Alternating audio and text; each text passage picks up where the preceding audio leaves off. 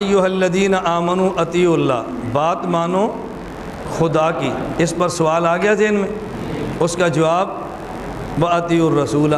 میں نے اس میں بڑی تھوڑی سی بات کی ہے، پوری بات نہیں کر رہا، بات سمجھا رہا ہوں۔ وَأَطِیعُوا الرَّسُولَ پر پھر ہمیں 3-4 اعتراض ہیں، 3-4 اشکال ہیں۔ پہلا اشکال یہ ہے، اے اللہ ہم مصطفیٰ کی بات تو مانیں، لیکن مسئلہ یہ ہے کہ بسا اوقات ایک مسئلے پر مصطفیٰ صلی اللہ علیہ وسلم آیتیں 2 پیش کر دیتے ہیں۔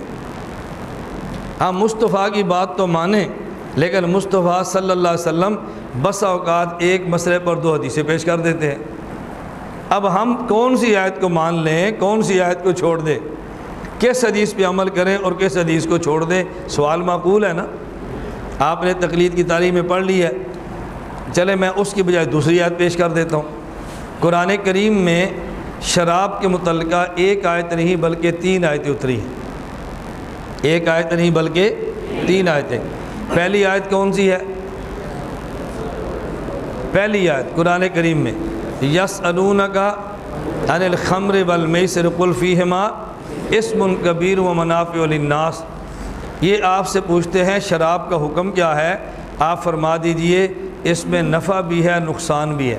دیکھیں میں نے اسم کا معنی گناہ نہیں کیا، اسم کا معنی نفع کیا، کیوں؟ مقابلے میں منافع ہے، مقابلے میں منافع ہے۔ جب مقابلے میں منافع ہو نا، اب اس کا معنی گناہ نہیں کریں گے بلکہ اب اس کا معنی نقصان کریں گے۔ یہ میں اس لیے کہتا ہوں آیات کو سمجھنا سیکھو۔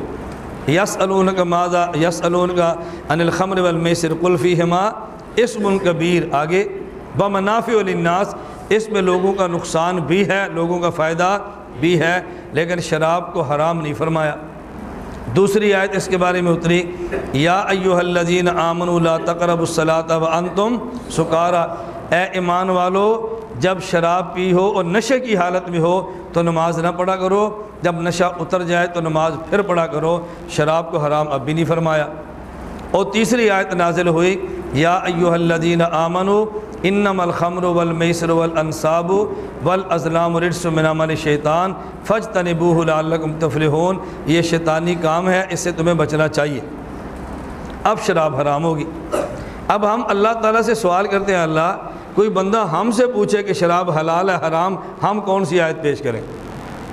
آپ کے مصطفیٰ نے میں شراب کے بارے میں 3 آیتیں پیش کی ہیں، ہم کون سی آیت پیش کریں؟ بات سمجھ آ گئی؟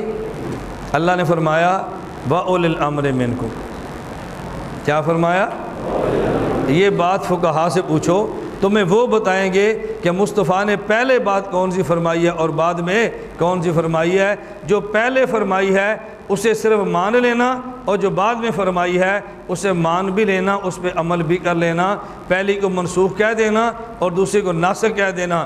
اللہ یہ بتائے گا کون؟ وَأُولِي الْأَمْرِ مِنْكُمْ، وَأُولِي الْأَمْرِ مِنْكُمْ۔ اب آیت سمجھ آئی؟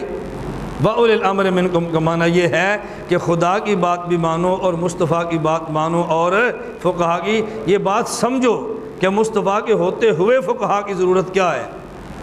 یہی تو المیہ ہے، غیر مقلدین نے یہی تو دنیا میں دجل پھیلا رکھا ہے کہ جب مصطفیٰ موجود ہے تو پھر فقہا کی کیا ضرورت ہے، جب نبی موجود ہے پھر امام کو کیا کرنا ہے۔ اب بتاؤ امام کو ہم نے کرنا کیا ہے؟